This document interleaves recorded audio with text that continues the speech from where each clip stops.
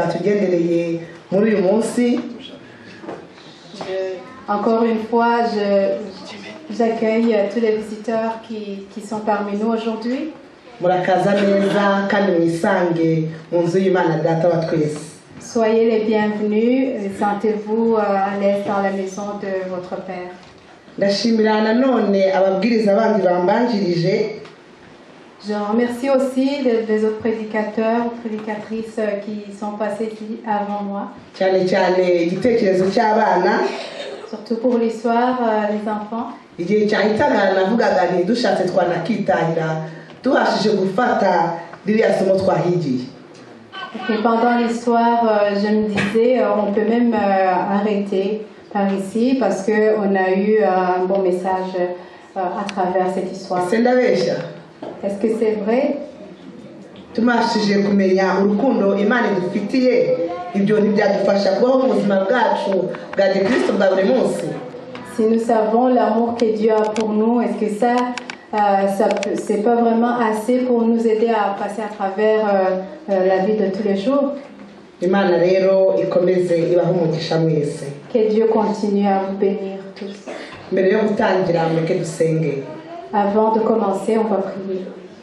Nyagasani Imana yacu twongeye kuza imbere yawe, turashonje dukeneye guhazwa nawe.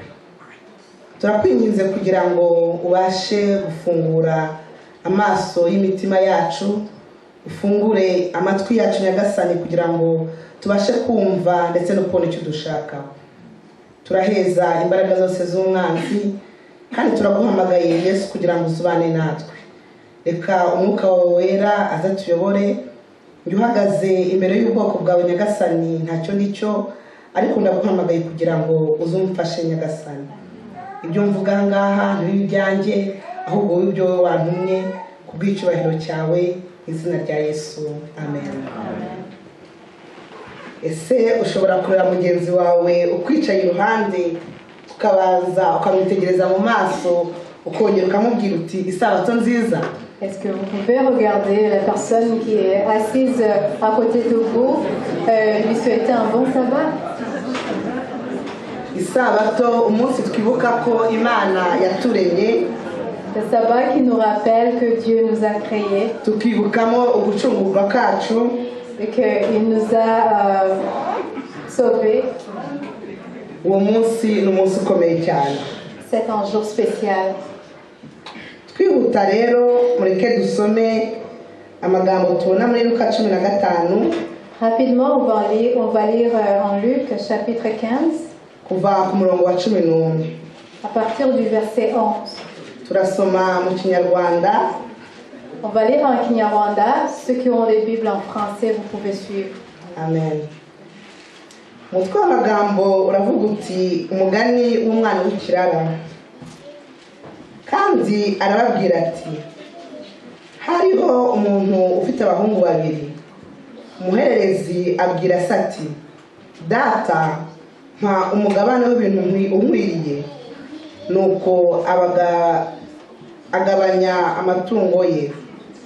Iminsi mike ishize umuhererezi ateranya ibintu bye byose, aragenda ajya mu gihugu cya kure. Yayisha ibintu bye ubugoryi bwe. Abimaze byose inzara nyinshi itera muri icyo gihugu. Atangira gukena. Aragenda ahakwa ku muntu muri icyo gihugu, amwohereza mu gikingi cye kuragira ingurube. Yifuza guhazwa n'iby'izo ngurube zaryaga, ariko ntagire ubimuha. Nuko yisubiyemo aribwira ati, abagaragu ba data ni benshi kandi bahazwa n'imitsima bakayisigaza. Naho njye inzara insinze hano. Reka mpaguruke njye kwa data mubwire nti, data nacumuye kuyo mu ijuru no mu maso yawe. Ntibinkwiriye kwitwa umwana wawe, paka mbe nk'umugaragu wawe. Mpaka mbe nk'umugaragu wawe mbabarire. Arahaguruka ajya kwa se. Agituruka kure se aramubona aramubabarira. Arirukanka aramuhobera aramusoma. uwo mwana aramubwira ati data nacumuye kuyo mu ijuru no mu maso yawe ntibinkwiriye kwitwa umwana wawe. Ariko se abwira abagaragu bati mwihute muzane vuba umwenda uruta iyindi mumwambike n'impeta ku rutoki n'inkweto mu birenge, muzane n'ikimasa kibyibushye mu kibage tujye twishima, kuko uyu mwana wanjye yari yarapfuye none akaba azutse, yari yarazimiye none dore arabonetse. Nuko batangira kwishima. Ariko umwana we w'imfura yari ari mu murima. Amaze kuza ageze hafi y'urugo yunga abacuranga n'ababyina. Ahamagara umugaragu amubaza ibyabaye ibyo ari byo. Aramubwira ati murumuna wawe yaje, none so yamubagiye ikimasa kibyibushye kuko amubonye ari muzima. 28. Undi ararakara yanga kwinjira, nuko se arasohoka aramwinginga, maze asubiza se ati maze imyaka myinshi ngukorera, ntabwo nanze itegeko ryawe, ariko hari ubwo wigeze umpa n'agasekurume ngo nishimane n'inshuti zanjye. Maze uyu mwana wawe yaza, wamaze ibyawe abisambanisha, akaba ari we ubagira ikimasa kibyibushye. Nawe aramubwira ati mwana wanjye turabana iteka kandi ibyanjye byose ni ibyawe, ariko kwishima no kunezerwa biradukwiriye rwose, kuko murumuna wawe uyu yari yarapfuye none arazutse, yari yarazimiye none arabonetse. Amen. Iki gitekerezo dusomye, cette histoire qu'on vient de lire, nibwira ko umukristo uwo ari we wese itorero yabavamo iryo ari ryo ryose, je pense que n'importe quel chrétien qui vient de n'importe quelle église, iyi nkuru yarayumvise, il a déjà entendu cette histoire. Kandi akayumva wone yari akiri n'umwana kuva akiri mutoya. Peut-être que vous l'avez déjà entendu depuis le jeune âge. Ariko muri uyu munsi, muri uyu mwanya wa none, reka dusabe Imana kugira ngo iyi nkuru itubere nshyashya. Mais à ce moment, demandons au Seigneur pour que cette histoire soit comme une nouvelle histoire pour nous. Kugira ngo twumve icyo Imana iri kutubwira muri uyu munsi wa none. Pour que nous puissions comprendre ce que Dieu veut que nous sachions aujourd'hui. Iyo usomye iyi nkuru, quand on lit cette histoire, ubona ko uyu mwana yari asanzwe ari mu maso ya se, yabaga kwa se nta kibazo afite. On voit que ce jeune homme habitait chez son père, qu'il n'avait aucun problème. Ariko umunsi umwe uwo mwana ngo fata icyemezo cyo kuva kuri se maze aragenda.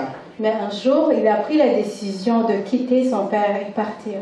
Niyo mpamvu ubutumwa bwa none, c'est pour ça que le message d'aujourd'hui ugenewe umuntu wese uri kumva mu buzima bwe acitse intege, est prévu pour chaque personne qui se sent fatiguée, découragée.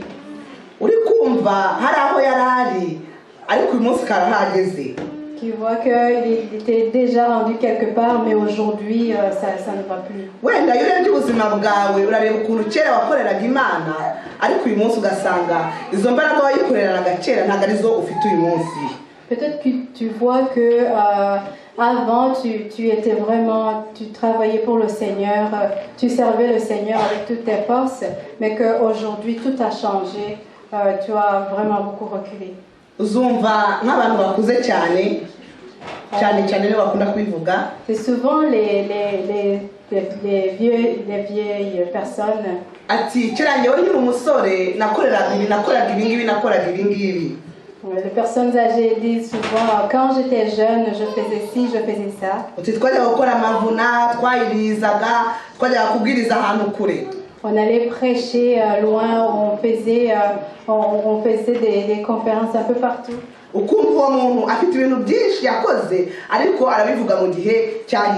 Alors on voit que cette personne-là a fait beaucoup de choses, mais on voit que c'est plutôt dans le passé. ubutumwa burakugenewe uyu munsi. Ce message pour toi aujourd'hui. Harundi atekereza ati igihe nakorereye Imana ntacyo mbona. Il y a une autre personne qui peut dire ça fait longtemps que je suis dans l'œuvre du Seigneur mais ça m'amène nulle part. Harabandi wenda mu bigaragara bameze neza bona baza mu rusengero ariko mu mutima wabo imbere bacitse intege. Il y en a d'autres que on voit que ils ont l'air corrects, tout semble bien aller, mais à l'intérieur ils sont complètement découragés. Nanone kandi ubutumwa n'ubwawe uyu munsi. Encore une fois, ce message est pour toi aujourd'hui. Birashoboka ko waba urahanga ukavuga uti nje ubwo butumwa nje numva wenda butandeba kuko ntabwo ndi kwibona muri izo kategori. Ça se peut que tu sois ici aujourd'hui mais que tu penses que ce message ne te regarde pas du tout parce que tu ne te vois dans aucune de ces catégories. Icyo nagusaba mwene data, ce que je peux te demander, cher frère, nuko wafatanya n'abandi mugasenga kugira ngo usengere bagenzi bawe kuko icyo ni kibazo gikomeye cyane. Je te demanderai de vraiment prendre le temps de prier parce que ça c'est un grand problème. Ugasengera bagenzi bawe abo muri kumwe mu rusengero abo musengana kugira ngo ubwo bubyutse bwongere bugaruke. Prier pour les gens autour de toi, ceux qui prient avec toi, pour qu'il y ait vraiment un vrai réveil dans l'église. Iyo dusomye iyi nkuru y'umwana w'ikirara, quand on lit cette histoire de l'enfant prodigue, tubona ububi bw'icyaha. Nous voyons vraiment le mauvais côté le mauvais côté du péché. Aho icyaha gishobora kugeza umuntu. Jusqu'où le péché peut t'amener. Bene data mutekereze uyu mwana wari wibereye kwasi bavuga ko ukurikije iyi nkuru ubona ko se yari umuntu kamere w'umutunzi ufite ibintu byose. Pensez à ce garçon qui était chez son père. Comme on le voit dans l'histoire, on voit que son père était un homme riche, il avait tout. Il avait même des serviteurs. Mais un bon jour, il s'est retrouvé en train de nourrir les pourceaux. Alors le péché peut t'amener jusque-là. Tout le bonheur qu'il avait quand il était chez son père, tout ce bonheur-là a disparu.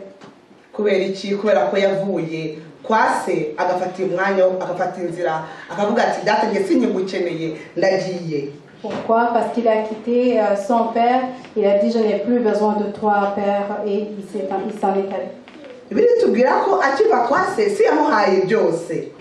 La Bible nous dit que quand il a quitté son père lui a tout donné.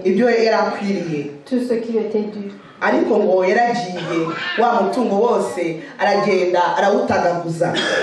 que tous les biens que son père lui avait donnés, il a tout gaspillé.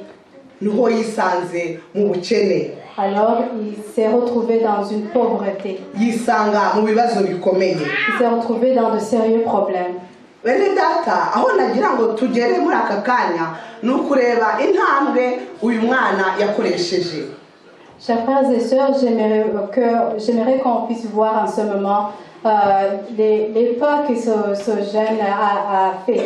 Mubashe gutekereza nawe twavuze ko uyu mwana yari ameze neza rwose nta kibazo yari afite ariko umunsi afata icyemezo cyo kuva kwase akagenda ngo kajya mu gihugu cy'amahanga akava imbere y'Imana akajya ahantu kure. On a vu qu'il était bien chez son père et il ne manquait de rien. Mais un jour, il a pris la décision de quitter son père, d'aller loin, de se retrouver dans un pays lointain. Quand il est arrivé là-bas, c'est là que tout a commencé à mal aller. Umurongo angana kunze cyane n'umurongo wa 17 baravuga ngo nuko yisubiyemo. J'ai beaucoup aimé le verset 17 qui dit étant rentré en lui-même. Ngo yisuyemo arigira ati abagaragu ba data ni benshi kandi bahazwa n'imitsima bakayisigaza naho nge inzara insize hano. Il se dit combien de mercenaires chez mon père ont du pain en abondance Et moi ici, je meurs de faim. Le premier pas ou la première étape, c'est rentrer en soi-même. Est-ce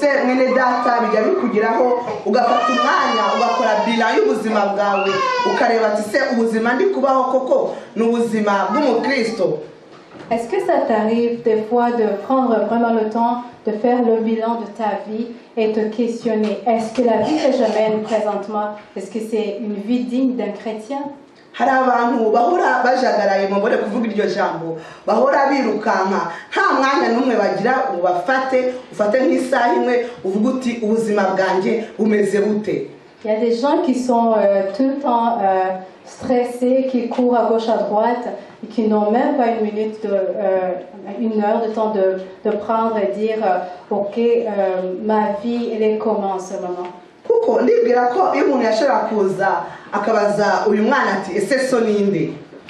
Je pense que si quelqu'un aurait venu puis demander à ce jeune homme, c'est qui ton père? Yari kuvuga suwari wenyine wa undi yarataye. Il allait dire le nom de son père. Ariko ahangaho amaze kwisubiramo niho yabonye ko ubuzima ari kubaho ntabwo ari ubuzima bw'umwana w'uwo muntu yavugaga yibwiraga ko ari we. Mais ici, on nous dit que quand il est rentré en lui-même et qu'il a pris le temps de réfléchir, il a réalisé que la vie qu'il menait n'était pas digne de la vie du fils de son père, le père qu'il avait déjà quitté. Est-ce que tu es comme Est-ce que on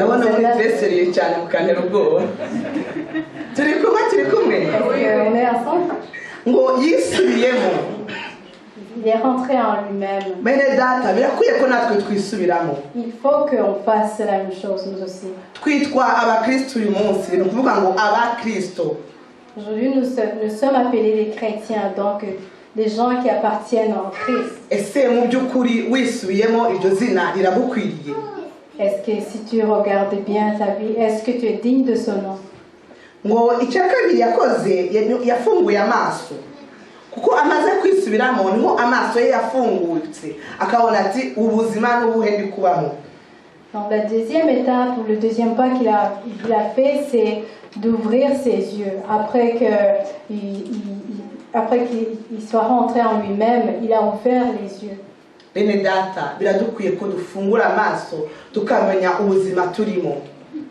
Chers frères et sœurs, il nous faut ouvrir nos yeux pour savoir quelle vie qu'on mène.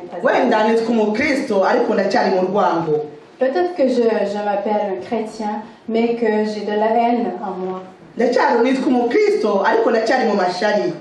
Peut-être que je m'appelle chrétien, mais j'ai de la jalousie en moi. Je m'appelle chrétien, mais je suis un adultère.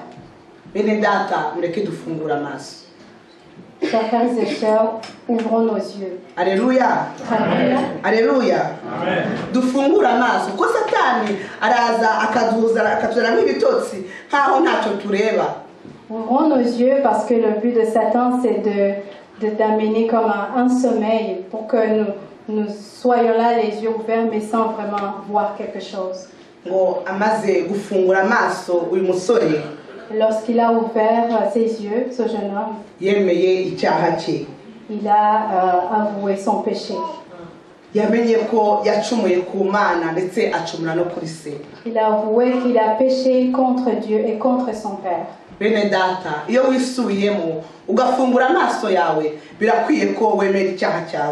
Chers frères et sœurs, quand on regarde en soi-même et qu'on ouvre vraiment ses yeux, il faut aussi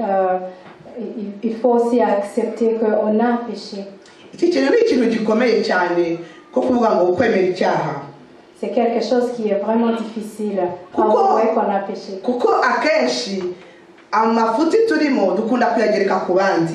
Parce que la plupart du temps, on a toujours des excuses à donner. C'est quelqu'un d'autre qui a fait quelque chose.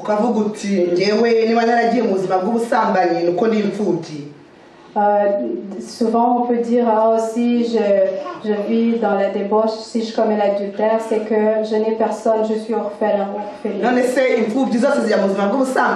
Est-ce que tous les orphelins vivent comme ça?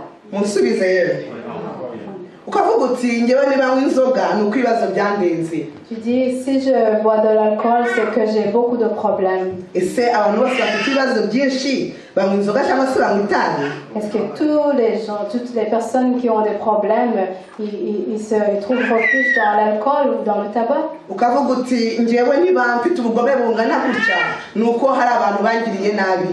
Tu te dis, si je suis méchant comme ça, c'est parce qu'il y a des gens qui ont mal agi envers moi. Est-ce que tous ceux qui ont subi la méchanceté des autres, ils deviennent méchants automatiquement?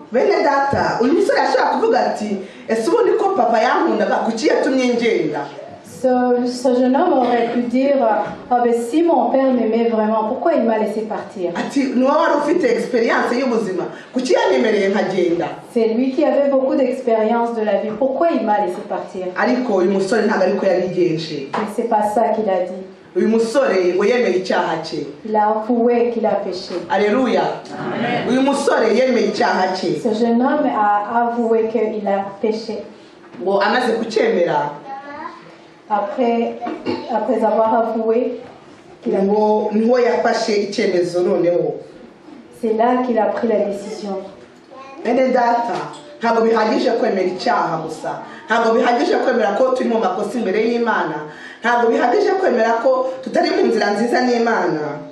Chers frères et sœurs, ça ne suffit pas seulement d'avouer qu'on a mal agi, qu'on a pris des mauvaises décisions, qu'on a pris des mauvaises décisions.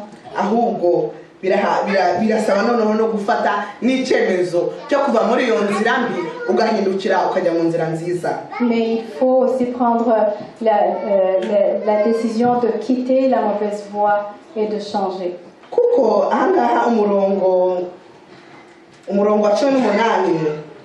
Parce qu'au verset 18, Data nacumuye kuyo mu ijuru no mu maso yawe ntibinkwiriye kwitwa umwana wawe nkakambe nk'umugaragu wawe. Ibi ni byo yatekerezaga mu mutwe we. Iki ni cyemezo we ari gufata mu mutwe we. Parce qu'au verset 18, il est écrit, je me lèverai, j'irai vers mon père et je lui dirai, mon père, j'ai péché contre le ciel et contre toi. Ça, ce sont des choses qu'il pensait à ça. Ça se passait dans sa tête. Mais la Bible nous dit que comme il avait pensé, il a même mis en pratique. Ce qu'il avait pensé à faire, il l'a mis aussi en pratique.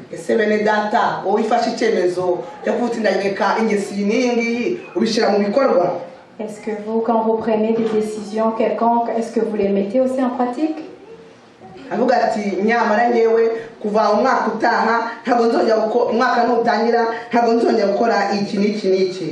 Des fois, on vous dit à partir de l'année prochaine, dès le début de l'année, c'est fini, je ne ferai plus cette chose.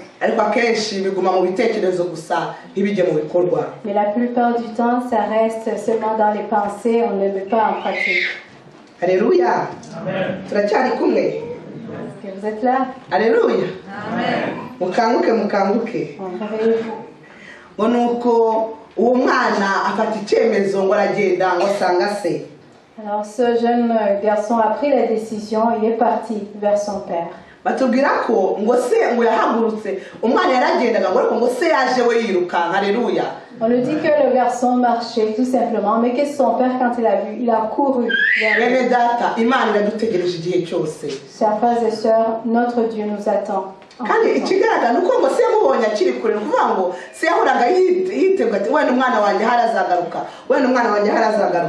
Et on nous dit que son père l'a vu de loin, ce qui veut dire qu'à chaque jour, peut-être il regardait en espérant qu'il verrait son fils revenir. C'est comme ça aussi que notre Père Céleste nous attend. Il attend qu'on prenne la décision de revenir à lui. Imana iri kubona ko ubuzima urimo atari ubuzima bwakwiye kuba ubuzima bw'umwana wayo. Dieu voit que la vie dans laquelle tu es, c'est pas une vie digne de son enfant. Ariko aragutegereje. Mais il t'attend. Kuko hari icyo umwana yagombye gukora ariko hari n'icyo se yagombye gukora. Parce qu'il y a la part que l'enfant devait faire et la part aussi que le père devait faire. Il y a des choses que Dieu ne fera pas pour nous. C'est pas Dieu qui va prendre la décision de se repentir. C'est pas Dieu qui va prendre la décision de retourner.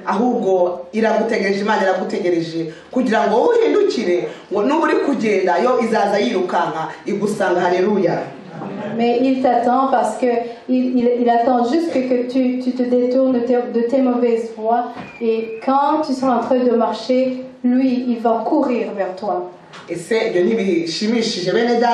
que c'est pas intéressant d'entendre ça?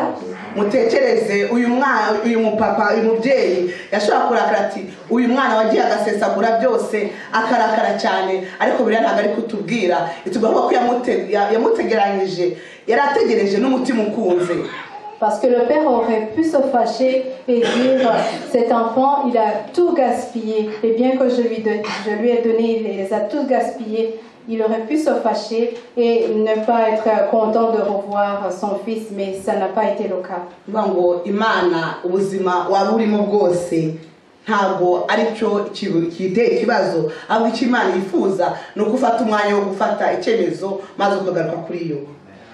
Parce que ici ça nous montre que ce qui importe pour Dieu, c'est pas la vie que tu vis présentement, c'est vraiment la décision que tu peux prendre de tout laisser et de revenir à lui.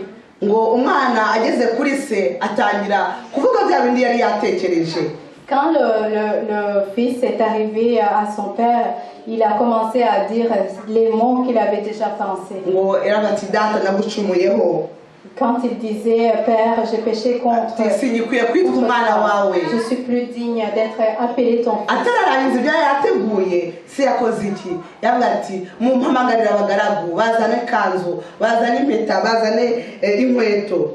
Avant même qu'il finisse, qu'il achève sa phrase, le père a dit au serviteur, amenez les beaux habits, amenez la bague. Benedata, igihe cyose turi mu byaha, imyenda yacu, amakanzu yacu aba yanduye. Chaque fois qu'on est dans le péché, nos habits sont souillés. Igihe cyose turi mu byaha, imyenda yacu ibisa nabi cyane. Chaque fois qu'on est dans le péché, nous sommes vraiment impurs. Ariko uyu munsi ndaguhamagara nanjye nihamagarira kugira ngo tugaruke ku Mana maze imyenda yacu ibashe gucya. Mais aujourd'hui, je vous appelle, et moi aussi ça me concerne, pour que nous revenions au Seigneur et qu'il puisse nous laver de tous les péchés.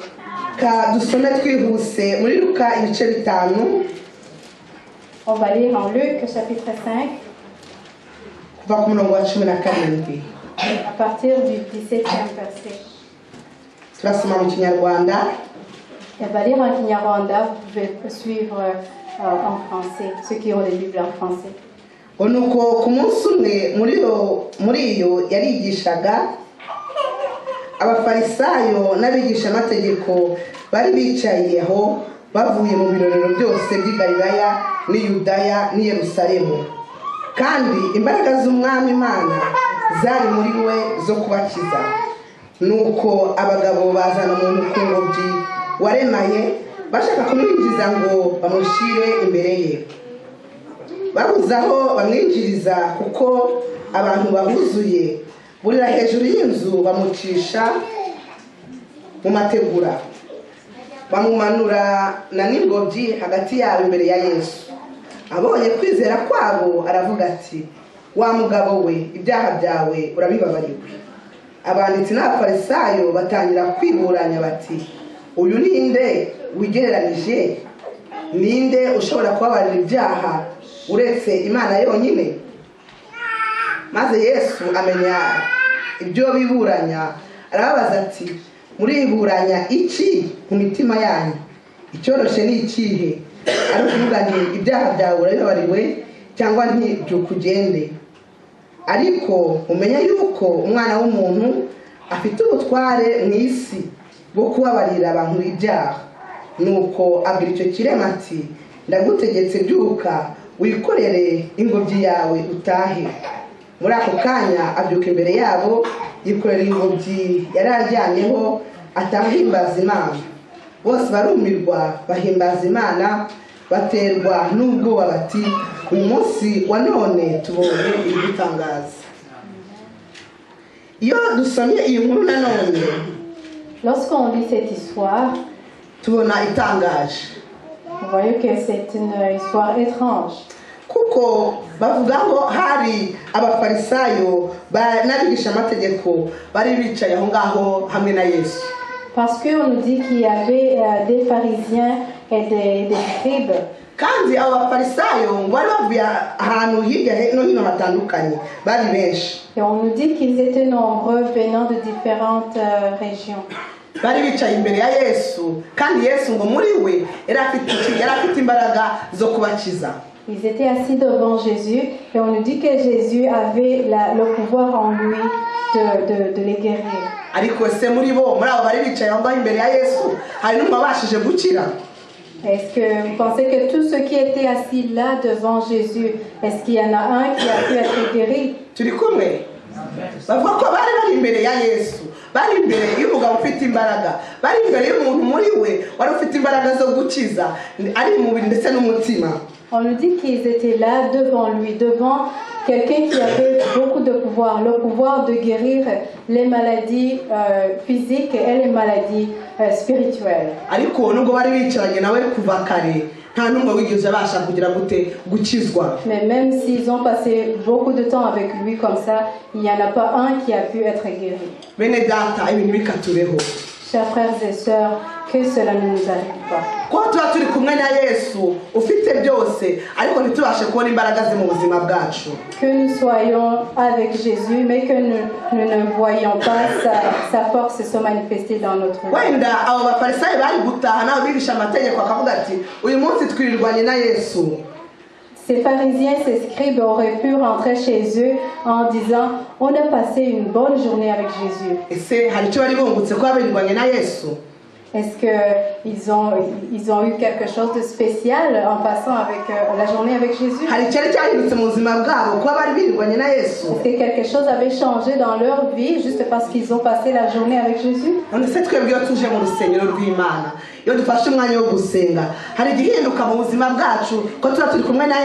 Et nous, quand nous prenons le temps de venir dans la maison de Dieu comme ça, est-ce qu'il y a quelque chose qui change dans notre vie juste parce qu'on a passé la journée avec Jésus?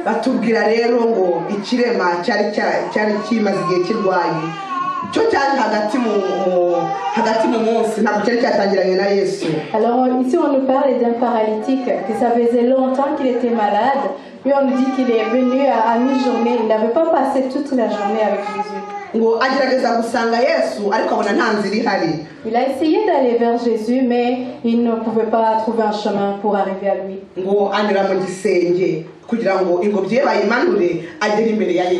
Alors on l'a fait passer par le toit pour qu'il arrive devant Jésus. Jésus a vu sa foi. Alléluia. Jésus a vu sa foi. Ese Yesu asomye mu mitima yacu. Yesu afashe kwizera kwacu akagupima kungana gute? Si Jésus pouvait mesurer notre foi, qu'est-ce qu'il trouverait? Bene data abarirwaga na Yesu umunsi wose ntacyo bacuye, ariko baruje kanya gato yakubera kwizera kwe yabashe kuhavana iki gukira. Ceux qui avaient passé toute la journée avec Jésus n'ont rien eu à la fin de la journée. Mais la seule personne qui est venue juste pour quelques minutes devant Jésus, il a pu rentrer étant guéri.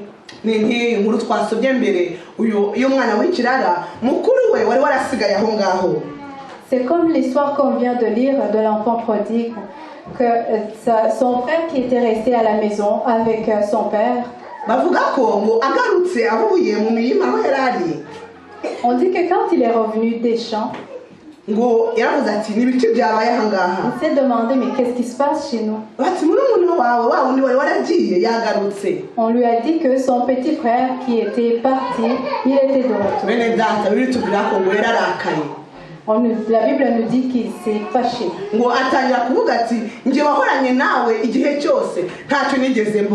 il a dit à son père, moi qui suis resté avec toi tout le temps, je n'ai rien eu de ta part. Il a dit, j'ai travaillé pour toi pendant tout ce temps, mais tu ne m'as même pas donné quoi que ce soit. Il a dit même pas un chevreau, tandis que l'autre a eu l'opportunité d'avoir un veau gras.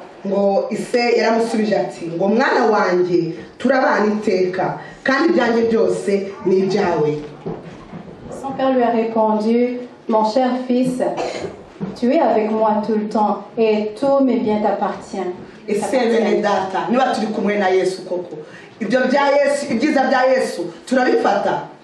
Chers frères et sœurs, si nous sommes vraiment avec Jésus, est-ce qu'on reçoit vraiment ce qu'il a prévu pour nous?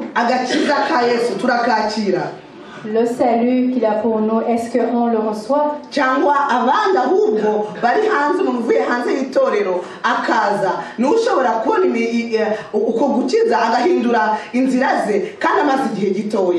Ou bien ceux qui sont en dehors de l'église, qui peuvent venir juste pour quelque temps, c'est eux qui peuvent recevoir ce salut, alors que nous qui avons passé tout le temps avec Jésus, on n'a rien.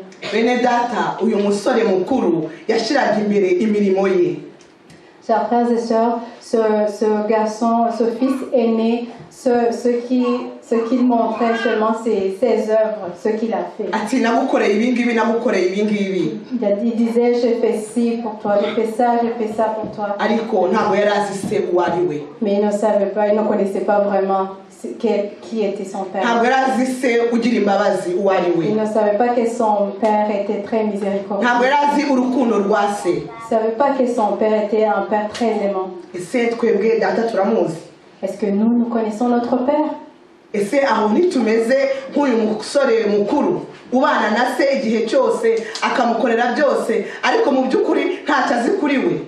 qu'on ne ressemble pas plutôt à ce fils aîné qui a vécu avec son père tout ce temps, mais sans vraiment connaître son vrai père, son père, qui il est vraiment?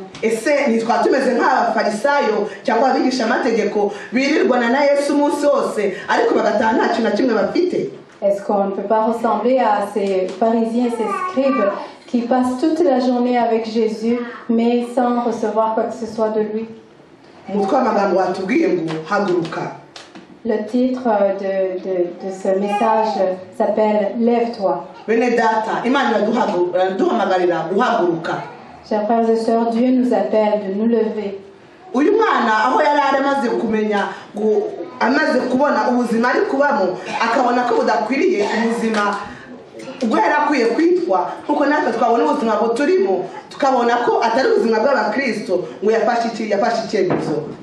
Quand le fils prodigue a vu que la vie qu'il menait n'était pas une vie digne d'un enfant de son père, il a pris la décision de se lever. Chers